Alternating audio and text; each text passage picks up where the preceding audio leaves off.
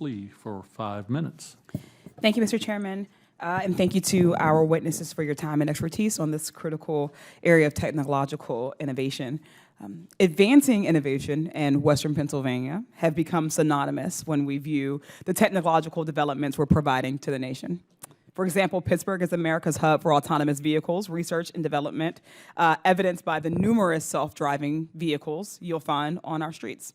Carnegie Mellon University in my district brought home $20 million from NSF to develop AI tools, specifically to address the design and utilization of ethical, human-centric AI tools that will help improve disaster response and aid public health. As an environmental justice advocate, I've seen how ethical AI has been used to monitor, predict, and combat environmental conditions that are ravaged by corporate polluters. AI can mean new possibilities for clean air and water and livable communities. We know that smart city initiatives, innovations that leverage AI and data analytics, will help to improve the quality of life for citizens and enhance sustainability. However, despite the numerous possibilities for AI integration into every facet of the American economy and everyday life, there also exists serious concerns that I don't take lightly. As some of my colleagues have mentioned this morning, we're really discussing privacy rights, the ethical implications of AI technology, the continuing war against disinformation and misinformation. As a proud representative from Western Pennsylvania, I'd be remiss to not discuss the implications AI will have on our labor and our workforce.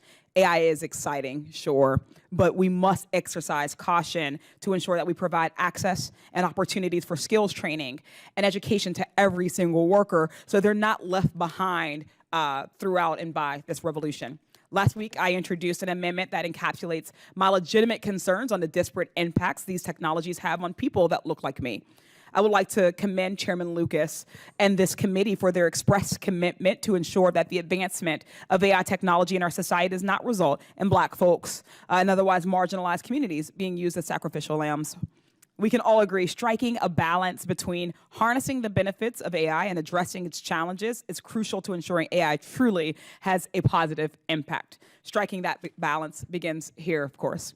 So, Mr. DeLong, what are the untapped potentials of AI that could substantially improve combating environmental injustices and daily living standards of ordinary citizens? So first, I really appreciate your points. I think one of the important things that we need to realize today is that AI needs to be more inclusive to everyone, more transparent. Something that we've seen, for example, is that by sharing models, data sets, you actually allow everyone to be able to discuss them, contribute to them, report biases that maybe the initial model builders wouldn't see. So I think it's really, really important to invest a lot in more equity, more inclusiveness for AI. To your second question on the environment, I've been really interested in all the research that has been done around carbon emission from AI, because that's a very important problem that we'll have to deal with in the future. So for example, there's this model called Bloom that has been developed by Big Science that Hugging Face participated in, that published actually the carbon emissions generated by the training of the model.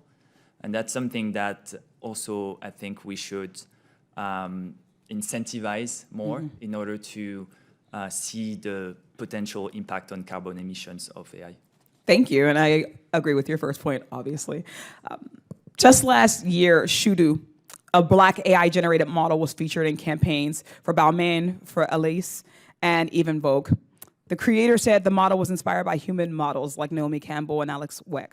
We know the fashion industry has long been discriminatory towards Black women and other women of color.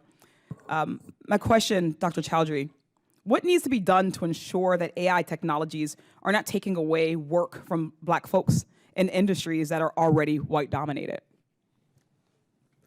I think investing in retraining programs and compensation programs for individuals whose jobs will be taken away is key and critical here. We can't just leave people at the whims of massive companies that don't care or don't think or don't even know anything about them. Do you have an opinion or an idea on how we can create safeguards to establish the rights of individuals over the use of their image, their voice, and their likeness in AI technologies? I think this is something that Congress should take very seriously and think through. But I do, for example, myself, I am concerned about my image being on the internet and being part of training data, or an image being generated that looks something like me but maybe isn't me, or more seriously, the ability to create deepfakes that look like people. So we need these protections for all individuals, and in particular, I want to say that women and people of color are the primary targets of deepfake generated photos. Thank you. I could go on and on, but that is my time, so I yield back, Mr. Chairman.